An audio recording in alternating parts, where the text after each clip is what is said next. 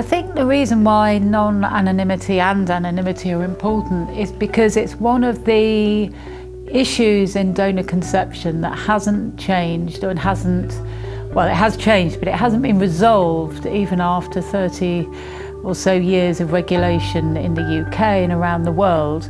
We're still hotly debating whether it's better to have anonymous or non-anonymous donations. So I think it's still very much a live issue, and internationally the regulation is very diverse on the question. Some people very much... I think the main issues that anonymity raise are whether or not it's a child's right to know their gamete donor and what that actually means in practice.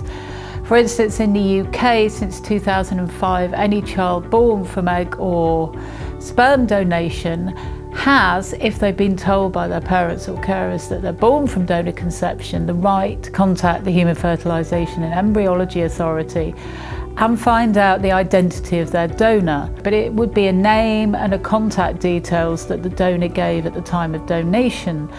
So in terms of actually finding out the identity of your donor, it's not quite certain what you'd find out. You may be able to trace them, you may not. And we also don't know how many children would actually be interested in doing anything with that information, if anything could be done with it. So in terms of knowing your donor, we're not quite sure what would happen, and also what people want, what children would want and need from their donor. Maybe just knowing their name and a little bit about them would be enough for most people. Obviously others would want to meet their donors. But how those relationships will be negotiated, I think, will be something that will be interesting to follow up.